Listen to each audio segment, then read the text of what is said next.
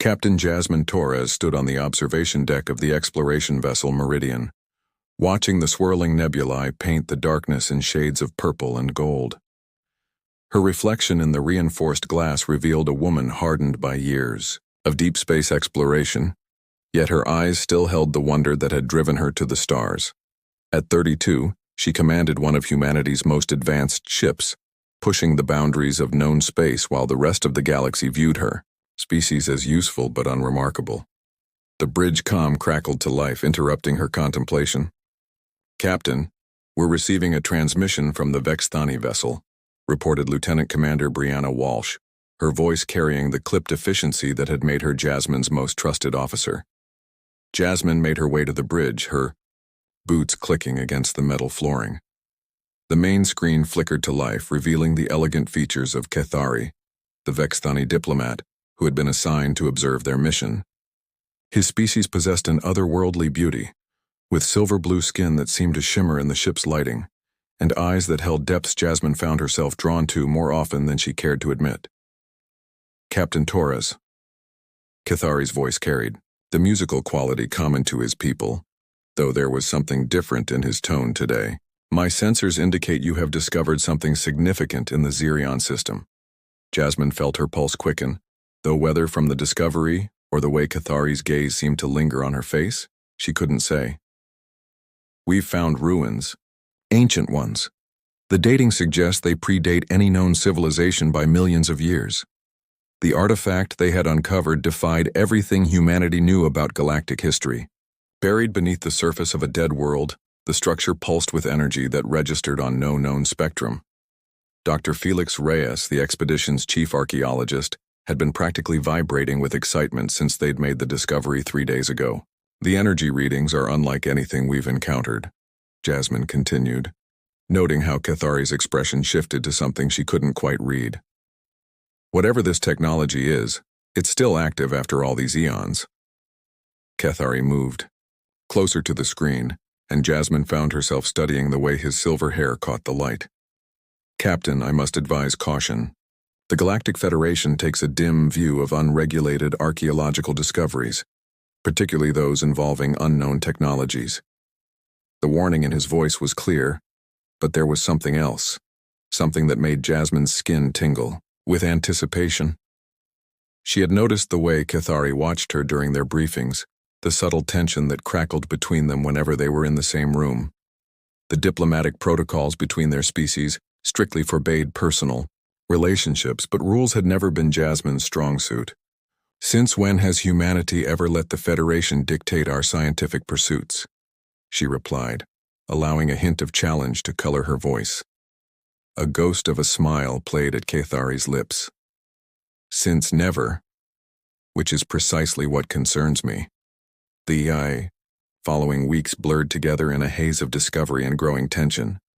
The ruins revealed technology that could revolutionize energy production, weapon systems, and faster-than-light travel. Each breakthrough brought humanity closer to true independence from the Federation's stranglehold on galactic resources, and each day brought Jasmine and Kethari closer together. She found herself looking forward to their evening briefings, ostensibly diplomatic meetings that had evolved into something far more personal. They would stand close together studying data displays and star charts, the heat of his presence making her pulse race. His hand would brush hers as they reached for the same control, and she would catch him watching her with an intensity that made her breath catch. "Your species fascinates me," Kethari admitted one evening as they stood alone in the artifact chamber, surrounded by the soft blue glow of the ancient technology. "The Federation sees humans as laborers, useful but limited. They cannot see what I see." "And what do you see?" Jasmine asked, stepping closer until she could feel the warmth radiating from his skin. "Fire," he whispered, his voice rough with emotion. "Passion and determination that burns brighter than any star. You refuse to accept limitations, refuse to bow to those who claim authority over you." Before she could respond, his fingers traced the line of her jaw, sending shivers through her body. The moment stretched between them, electric with possibility until the harsh blare of the comm system shattered the spell.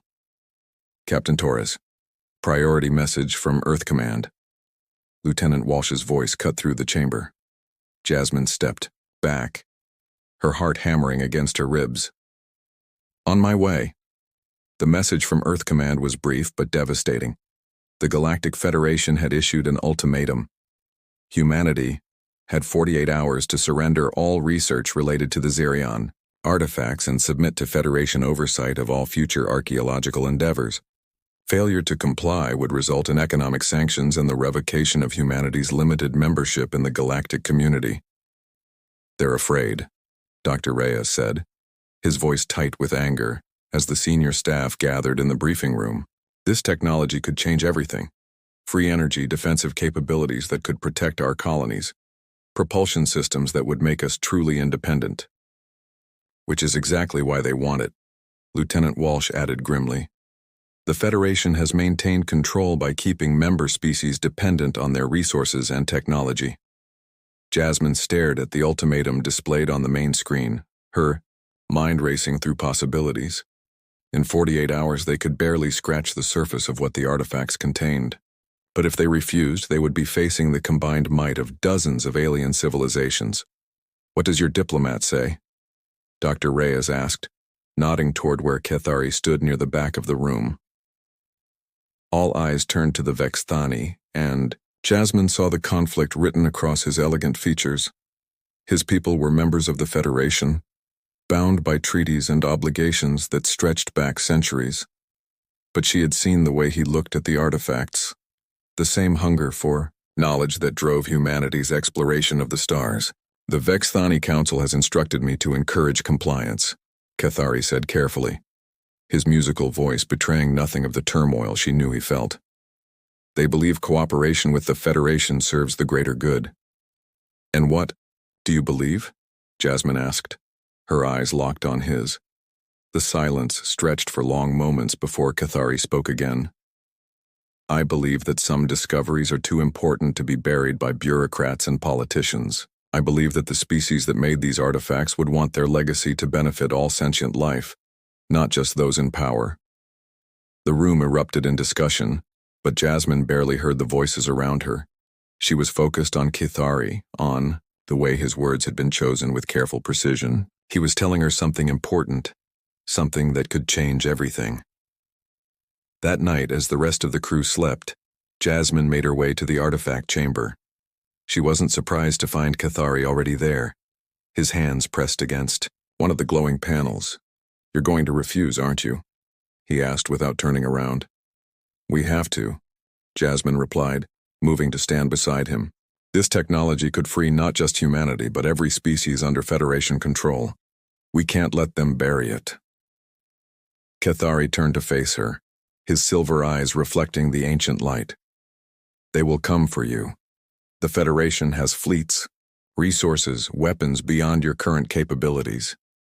Then we'll have to even the odds, Jasmine said, her hand moving to rest on the warm surface of the artifact. These builders, whoever they were, they left this for a reason. Maybe they knew that someday someone would need the power to stand against tyranny. Kethari's hand covered hers, his touch electric against her skin. If you do this, there will be no going back. The Federation will not forgive, will not forget. They will paint you as rebels, terrorists, threats to galactic peace. Let them, Jasmine said, her voice carrying the steel that had made her a legend among deep space explorers. Humanity has always been underestimated. We've been dismissed as primitive, relegated to the fringes of galactic society. Maybe it's time we showed them what we're really capable of. The artifact pulsed beneath their joined hands, as if responding to her words. The energy readings spiked, sending cascades of light through the chamber. For a moment, Jasmine felt connected to something vast and ancient, a civilization that had faced its own moment of choice eons ago. The Vexthani have a saying, Kethari whispered, his face inches from hers. The flame that burns brightest is the one that refuses to be extinguished.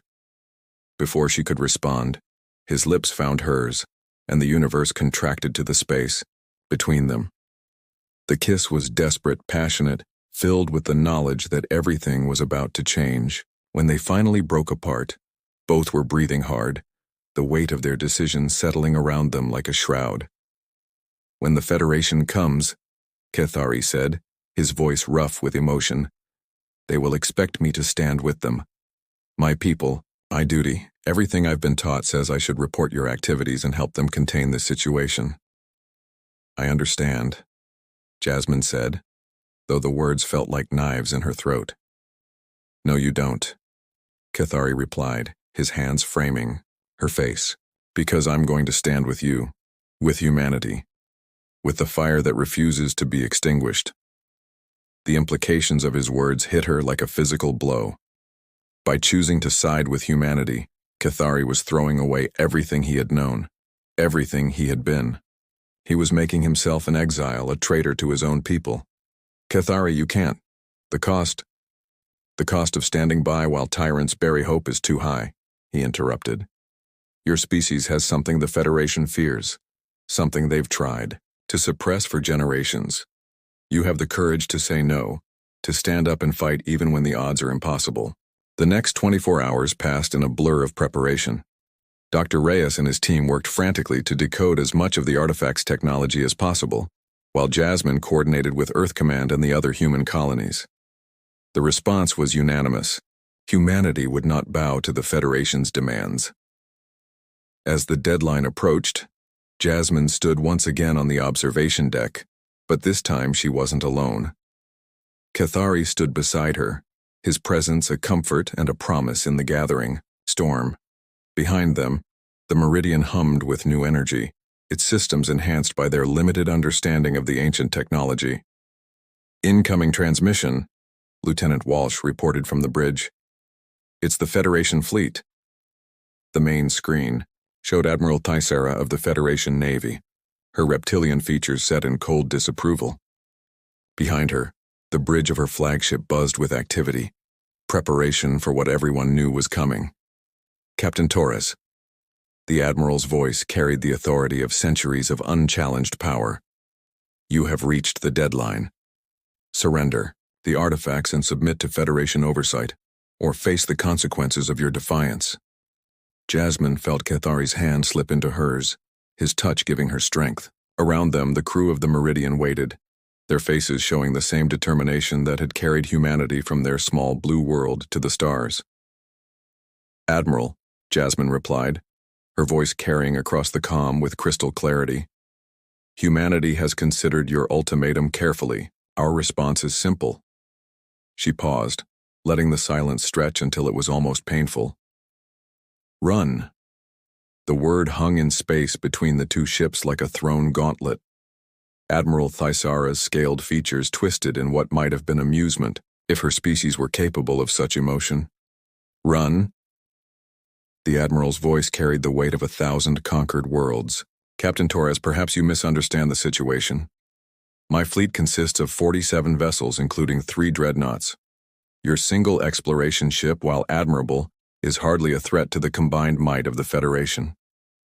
Jasmine felt the familiar fire building in her chest, the same defiance that had driven humanity to reach for the stars despite every obstacle. Beside her, Cathari squeezed her hand, his silver eyes reflecting her determination.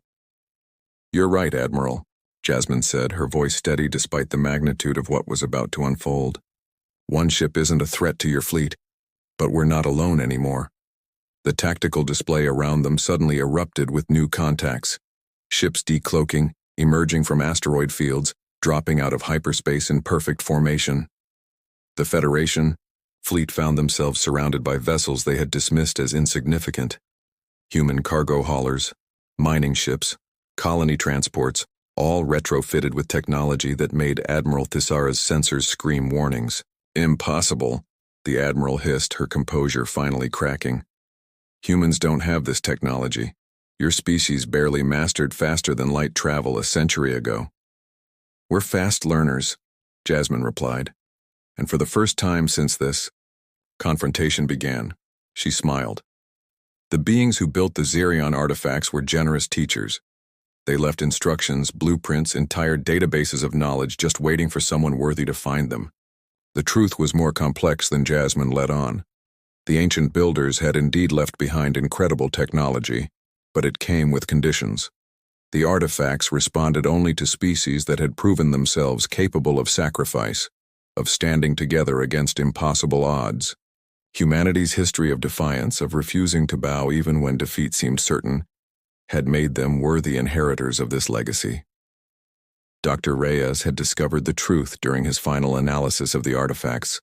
The builders hadn't been destroyed. By some external force they had transcended, evolved beyond physical existence.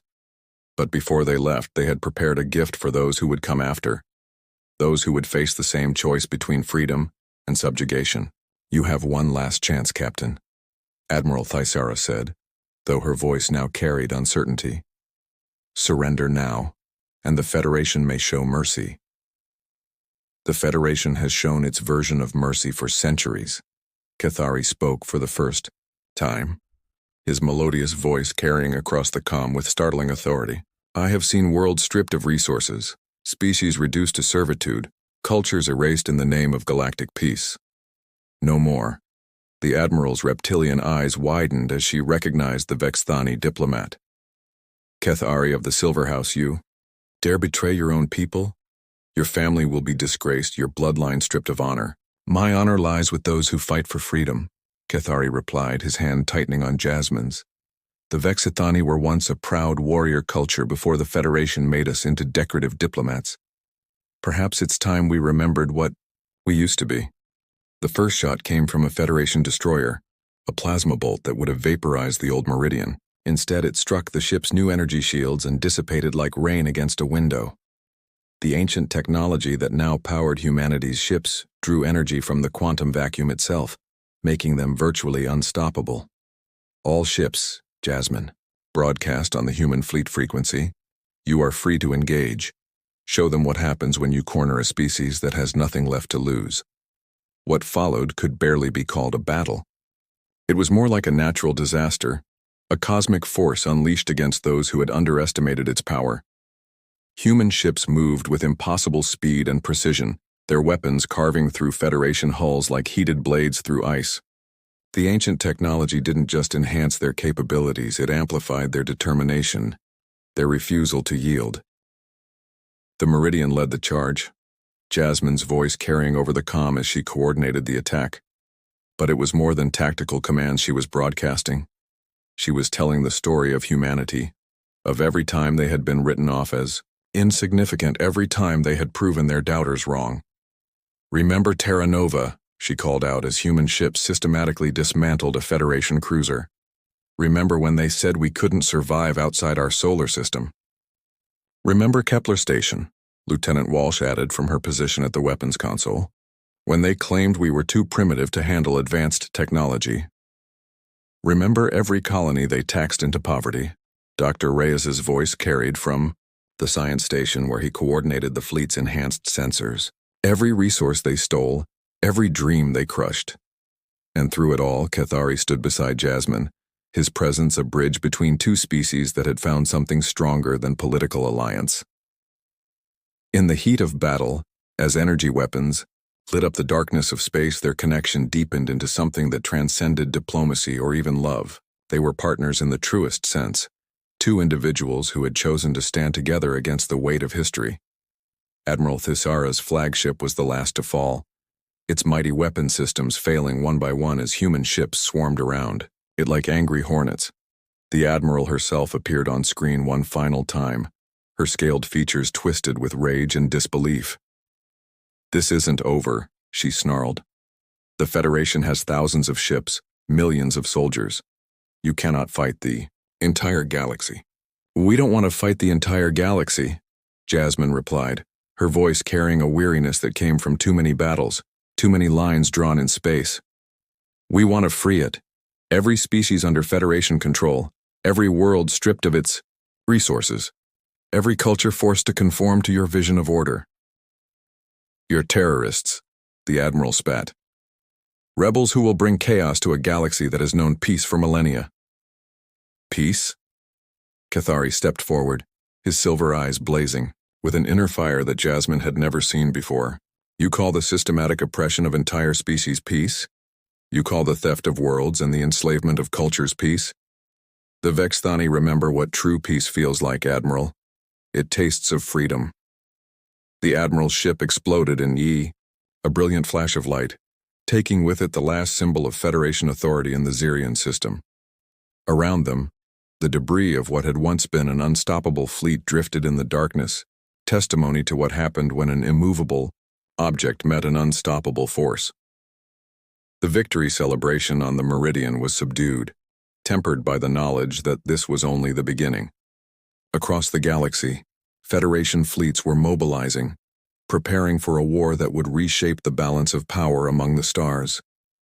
But for now, in this moment, humanity had proven something important.